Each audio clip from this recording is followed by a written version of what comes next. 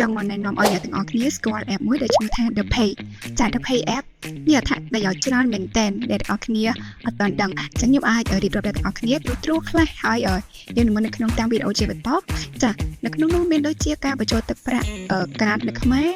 យើងចង់ឲ្យបាញ់កាត់ទៅនៅខ្មែរអញ្ចឹងណា$1 $2អញ្ចឹងណាពីក្រេទៅយើងរត់ប្រើ app ហ្នឹងគឺអាចបាញ់បានហើយមួយទៀតនៅក្នុងការបញ្ចូលទឹកប្រាក់សម្រាប់អ្នកលេងហ្គេមនៅក្រេគាត់មានអ៊ីនធឺណិតច្រើនអញ្ចឹងគាត់មានពេលលេងហ្គេមកម្សាន្តអញ្ចឹងគាត់អាចចូលទៅក្នុង app ហ្នឹងបញ្ចូលទឹកប្រាក់លេងហ្គេមបានមួយសេរីមកតាមចិត្តយើងមាន gift មានដំណើរនៅក្នុងហ្នឹងទៀតចាំមានទាំងពីរការបញ្ចូលទឹកប្រាក់នៅក្នុងប្រព័ន្ធអ៊ីនធឺណិតហើយនឹង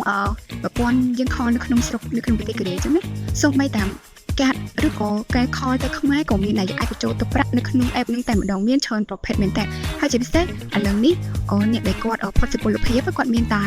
passport នឹងថ្ងៃគាត់ក៏អាចប្រើ app ហ្នឹងបានដែរជាប្រភេទ line អត់មានកុងត្រាអញ្ចឹងណា line អត់មានកុងត្រានោះគឺមួយខែត្រឹម